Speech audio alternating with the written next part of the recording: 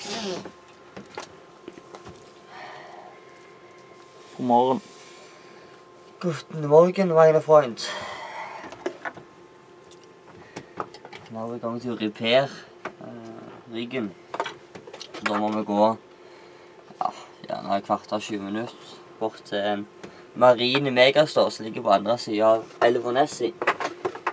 Så skal vi få tak i dørnbuckles til det som holder riggen fast. Det er de metallketter det. Vaieren.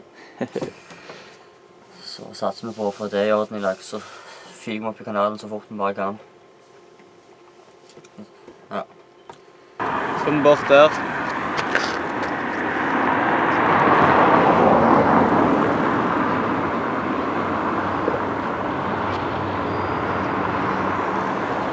Men, så vi kommer oss bort her, så går vi langt bort her, så over bro, så langt bort der. Det blir kjekt.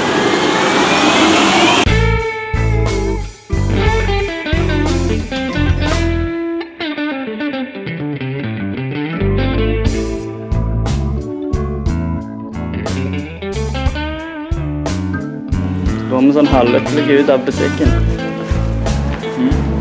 Ja! Ja, da har vi fått tak i noen der. Men de hadde ikke tatt noen der. Så jeg ikke klarer å gjøre dette her. Uten tid i hvert fall. Så vi ser på å gjøre dagen 12 i Kaylee Marina i kanalen. Det er jævlig. Vær så god.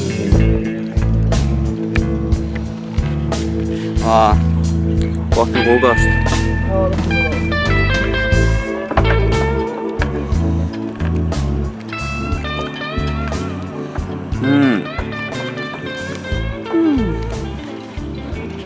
Hva gjør du? Dette er på nye strekkfisker for riggen. Ja, de lukter på sjøen. Nå kommer det nye på. Så gjelder dette på bare stramme alt, litt strammere enn alt annet, så skal det holde. Ja. Fine fjær i håret. Ja, takk. Ja vel, da pissregner der ute, så meg og Dassen skal nå ta oss og sette oss ned med Game of Thrones-finalen. Viktig. Ja, så får Kanskje riggen du glipp av det. Så da blir det good. Ja, vi gidder ikke å reise videre. Jeg sitter bare her. Ja, Fuck det. fuck det. Peace it. Game of Thrones.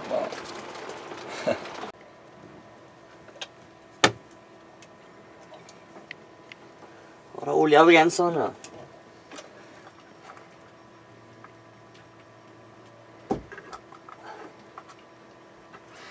Er det nitroen du fyller på? Ja.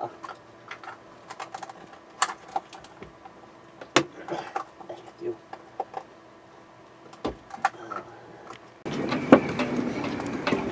Er det ikke det? Fiksa. Fiksa? Fiksa. Fiksa? Fiksa. Masse diesel. Diesel over. Godt.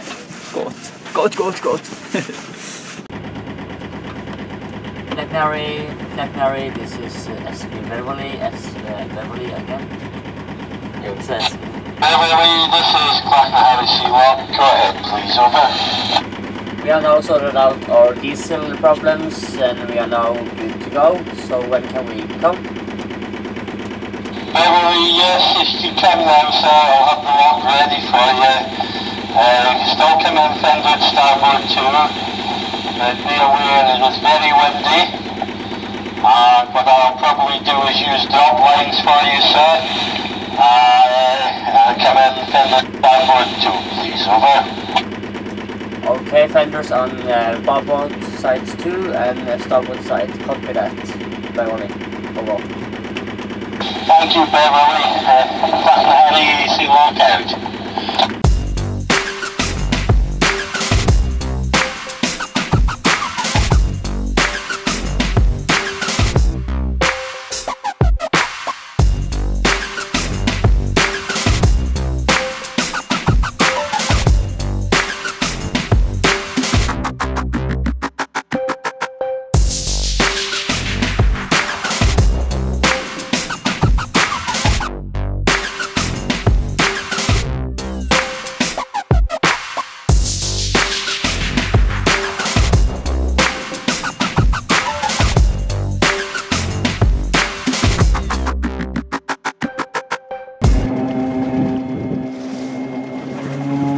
Hva gjør vi nå? Nå er vi i slusa nummer 2. Nå lukker han seg opp, så skal de pumpe oss opp her etterpå. Skal du være sikker, så pumper du opp her. Se hvordan du skal pumpe oss opp.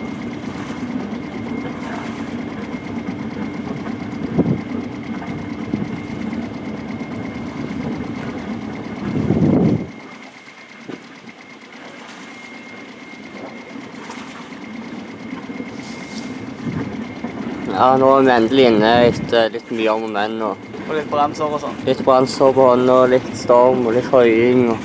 Da så er det 40 knop blåser det ute. Livsfarlig. Rett for med døva i den andre slusen. Au! Helvete! Om du koker brød, Knudi. Ja, vi skal ha varme pizzaboller.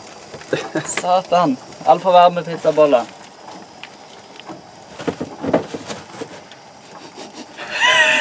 Lukter fader opp den. Alle ligger... Au! Nei! Han ligger jo igjen. Faen, vi får det opp. Har du noe å ta det med? Faen, hvorfor er ikke du med på Masterchef, Knudi? Jo. Åh. Det var ikke så lurt, det. Se om vi klarer å få de ut.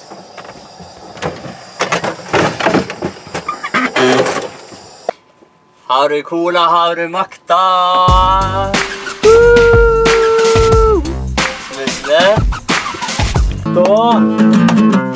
Vi skal på pub. Ja, vi har klart det pub. Se en fotballkamp, og så gå på do og vi er på tur.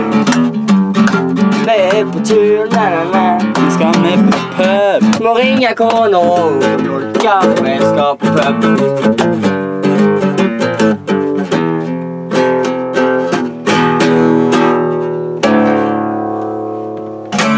Pub!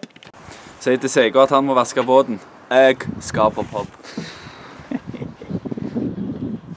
Vask båten, Seger.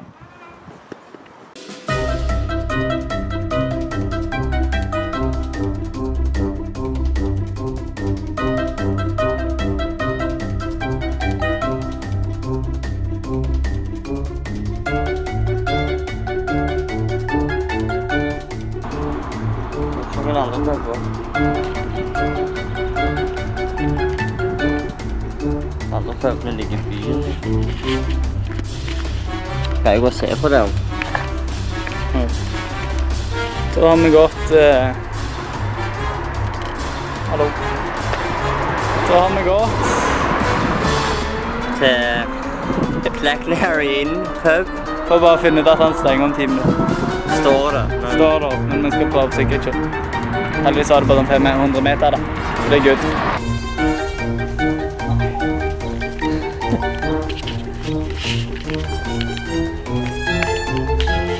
Vel, vi fant ut at det var åpent. Men de tar jo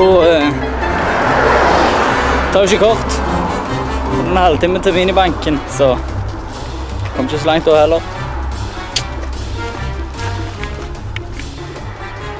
Ble det pub i båten? Nok en gang ser vi at det er Harry Kane som skal ut og finne kloten. I første kampen for at han tok hjørnesparkeren.